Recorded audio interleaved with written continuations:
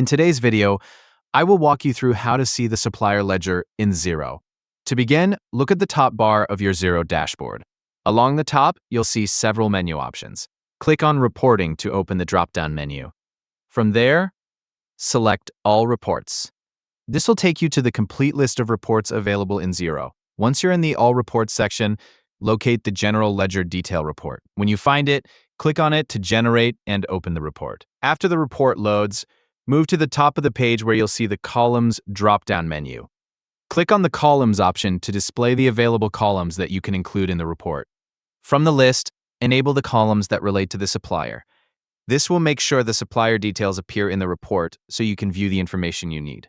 Once those columns are enabled, you can organize the report to make it easier to review. One option is to sort the report by description. This can help you browse through the transactions more easily. If you're looking for a specific supplier, you can also use the search function on your keyboard. Press Ctrl and F at the same time to open the search box. In the search field, type the supplier name that's associated with the transaction description. The report will highlight any matching results so you can quickly find the entries you're looking for. If there are multiple matches, continue moving through the highlighted results until you reach the supplier transaction you want to review. This allows you to locate the relevant records without manually scanning through the entire report. You can repeat the search with a different supplier name whenever you need to check another supplier's transactions.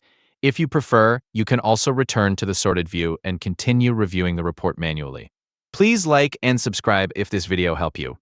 Thank you for watching and see you in the next videos.